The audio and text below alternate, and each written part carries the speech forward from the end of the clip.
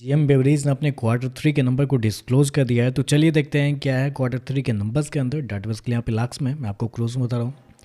तो देखिए पिछले क्वार्टर की बात करते हैं तो पिछले क्वार्टर में कंपनी का टोटल रेवेन्यू जो कंपनी ने ऑपरेशन के थ्रू जनरेट किए थे 717 करोड़ के आसपास। पिछले साल की बात करते हैं 644 करोड़ के आसपास, जबकि अभी देखें तो बढ़ के 808 करोड़ आपको जाता हुआ देखने को मिल रहा है।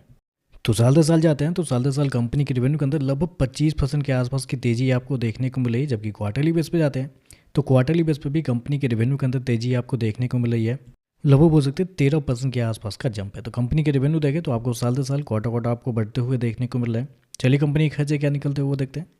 तो देखिए पिछले क्वार्टर में कंपनी 674 करोड़ खर्च की थी, पिछले साल 615 करोड़ के आसपास। जबकि अभी देखें तो कंपनी का खर्चे 757 करोड़ आपको जाता हुआ देखने को मिल रहा है। तो खर्चे भी देखते हैं तो खर्चे भी आपको ठीक है कंट्रोल में ही आपको देखने को मिल रहा है। चलिए कंपनी का प्रॉफिट क्या निकलता है वो देखते हैं। तो देखिए पिछले क्वार्टर में कंपनी लगभग 35 करोड़ के आसपास के प्रॉफिट में थी, पिछले साल 22 करोड़ के आसपास का प्रॉफिट था।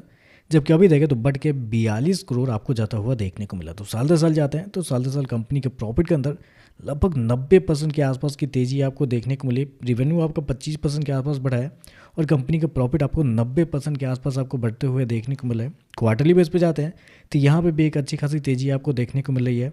लगभग बोल सकते हैं 20% के आसपास का जंप है। तो कंपनी का प्रॉफिट देखें तो आपको साल दर साल क्वार्टर क्वार्टर बढ़ते हुए देखने को मिल रहा है। ईपीएस की बात करते हैं तो देखिए पिछले क्वार्टर में कंपनी का ईपीएस 15 रुपये के आसपास था, पिछले साल 9.5 रुपये के आसपास। अभी देखें तो बढ़ के 18.5 रुपये के आसपास आपको जाता हुआ देखने को मिला। तो ओवरऑल देखा जाए तो नंबर तो आपको अच्छे देखने को मिल रहे हैं।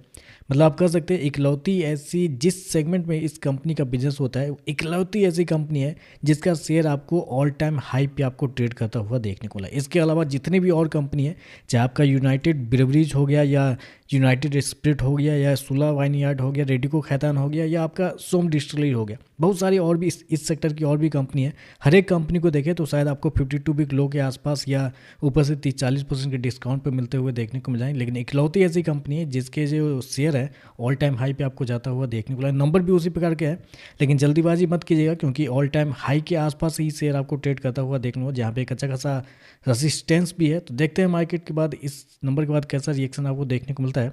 क्योंकि नंबर अच्छे हैं लेकिन शेयर ऑलरेडी अच्छा खासा चल भी चुका है। तो देखते हैं इस पर मार्केट कैसे रिएक्ट करता है। वीडियो पसंद आया तो लाइक कीजिएगा, साथ में साथ चैनल को सब्सक्राइब जरूर कीजिएगा। धन्यवाद।